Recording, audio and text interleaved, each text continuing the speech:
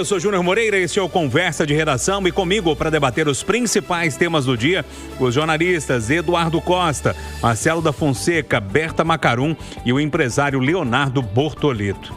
Olha só, pessoal, Edson Fachin toma posse como presidente do Supremo Tribunal Federal nesta segunda-feira. Fachin será o presidente de número 51 da Suprema Corte. O vice será Alexandre de Moraes, o polêmico. Eles ficam à frente da corte nos próximos 2 anos. Fachin tomou posse como ministro no Supremo em junho de 2015, indicado pela então presidente Dilma Rousseff. E aí, Eduardo Costa, teremos, né, a partir das 16 horas de hoje, um novo presidente. Bom dia para você. Bom dia, boa segunda e boa semana para todo mundo. Ô Júnior, vai fazer um bem danado pro STF. Vai fazer um bem danado pro Supremo Tribunal Federal. A começar pela diferença, né, de posse. Quando Barroso lá chegou, teve hino nacional com Maria Bethânia, depois festão com Diogo Nogueira. Hoje vai ter uma posse, vamos tomar um cafezinho e vamos embora para casa. Eu não vou me conformar nunca com a exposição, com a falação que alguns ministros do Supremo têm.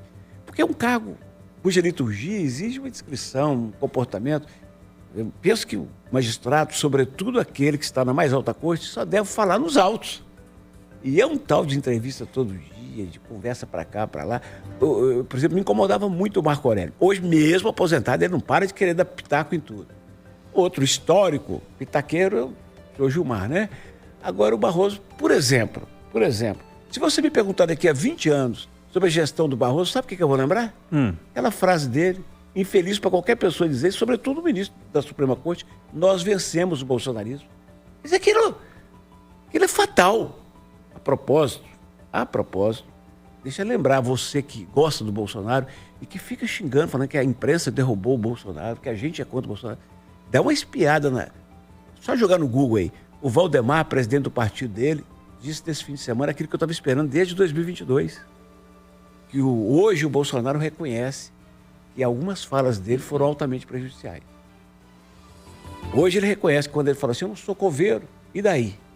Quando ele falava outras 1000 coisas, e eu todo dia, você lembra que eu batia aqui todo dia falando assim, esse homem vai perder a eleição por causa da boca. Então, ele reconheceu agora no sofrimento do isolamento dele. Voltando ao Supremo. Se o Supremo tem hoje 59% de brasileiros que têm mais vergonha do que consideração, tem muito a ver com as falas, viu? Tem muito a ver com as falas de alguns dos seus representantes.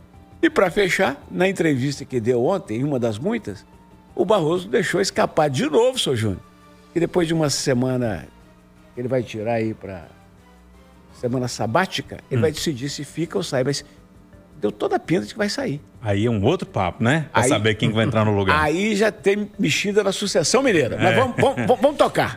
Ô Berta, bom dia pra você. O STF então tem um novo presidente, sai Barroso e entra Fachin. Bom dia ouvintes, bom dia colegas de bancada, um prazer estar aqui hoje.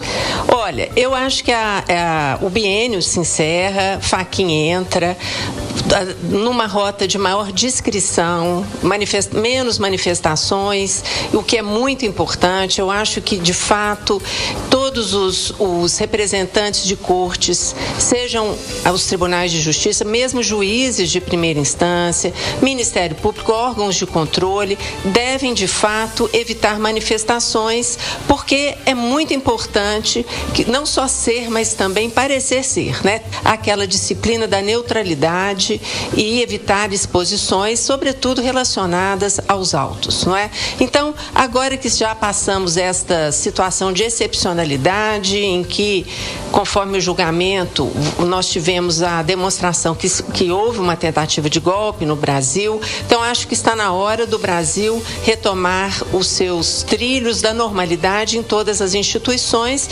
e todas elas cuidando de maior, sobretudo as que envolvem justiça e órgãos de controle, a maior discrição possível. Muito importante. Bortoleto, a Berta e o Eduardo olham para a mudança de uma forma positiva. E você, hein? Bom dia. Bom dia a todos os ouvintes da Itatiaia, bom dia aos amigos, aos colegas. Muito bom estar aqui de volta no Conversa de Redação. Bom, Ele é um ministro que, sem dúvida nenhuma, é um ministro sereno, mas ele tem um vice e de sereno não tem nada. A minha preocupação é a serenidade do presidente se dissipar e ser utilizado, inclusive, para amenizar a imagem do STF, mas não, de fato, promover as mudanças que a gente tanto espera na postura do STF. Tanto o Eduardo quanto a Beta deixaram claro aqui, o que a gente precisa é de que órgãos de controle se manifestem menos à publicidade, à comunicação e se manifestem efetivamente com seus deveres de ofício. Faço votos para que o ministro Fachin consiga dominar a situação e a serenidade dele verdadeiramente prevaleça.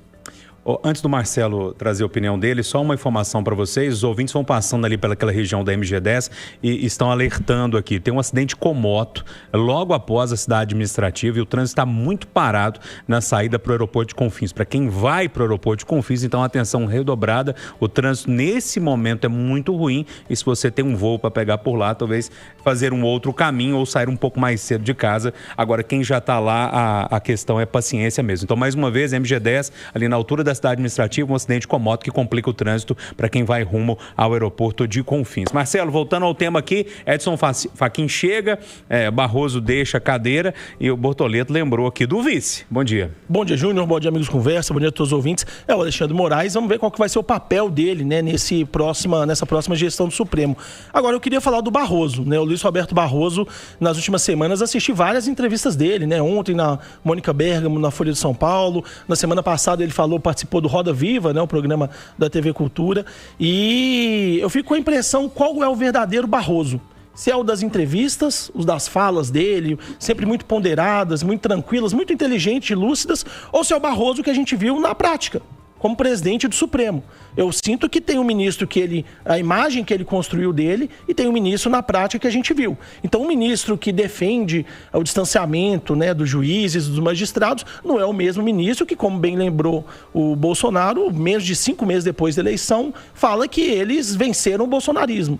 E aí, para mim, talvez mais chamativo do que essa frase, né, que ficou muito lembrada, é o fato do presidente do Supremo estar participando de um congresso da UNE, né, que teve uma participação, um movimento político muito forte, né, tem uma conotação política muito forte. Então, me chama muita atenção, o ministro fala uma coisa e faz a outra. Esse é o mesmo ministro, né, que nas entrevistas falou muito da questão da desigualdade social no Brasil, de como que falta recursos no orçamento, né, para chegar às classes mais pobres. Concordo muito. Só que esse mesmo ministro que fala tudo isso é o ministro que autorizou vários penduricalhos na gestão dele. É o ministro que autorizou o pagamento de prejuízo auxiliar de R$10 mil. Um pagamento esse de R$10 mil. Então, qual que é o Luiz Roberto Barroso verdadeiro? O da entrevista, o que acha que o Brasil realmente precisa de acabar com a desigualdade social, ou o presidente do Supremo que autorizou vários tipos de benefícios para uma classe específica? Eu fico na dúvida qual que é esse Barroso que a gente tem. E torço para que o Fachin consiga realmente devolver o Supremo para o lugar que ele é tão importante para o Brasil. O Supremo precisa voltar a ser um órgão, uma instituição respeitada, que as pessoas acreditem.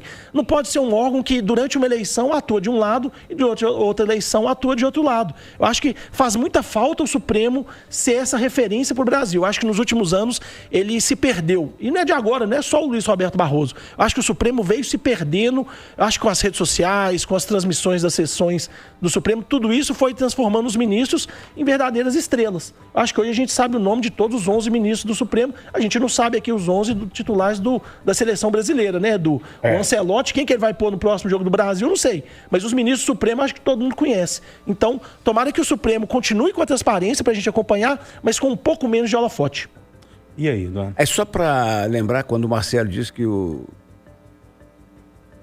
presidente está saindo, o Barroso cuidou dos seus, ele está saindo com um registro de 8% de aumento para os servidores do STF, o que seguramente vai aumentar ainda mais o fosso salarial entre quem é do judiciário e quem é do executivo, meu caro Júnior. Bom, seguinte, pessoal.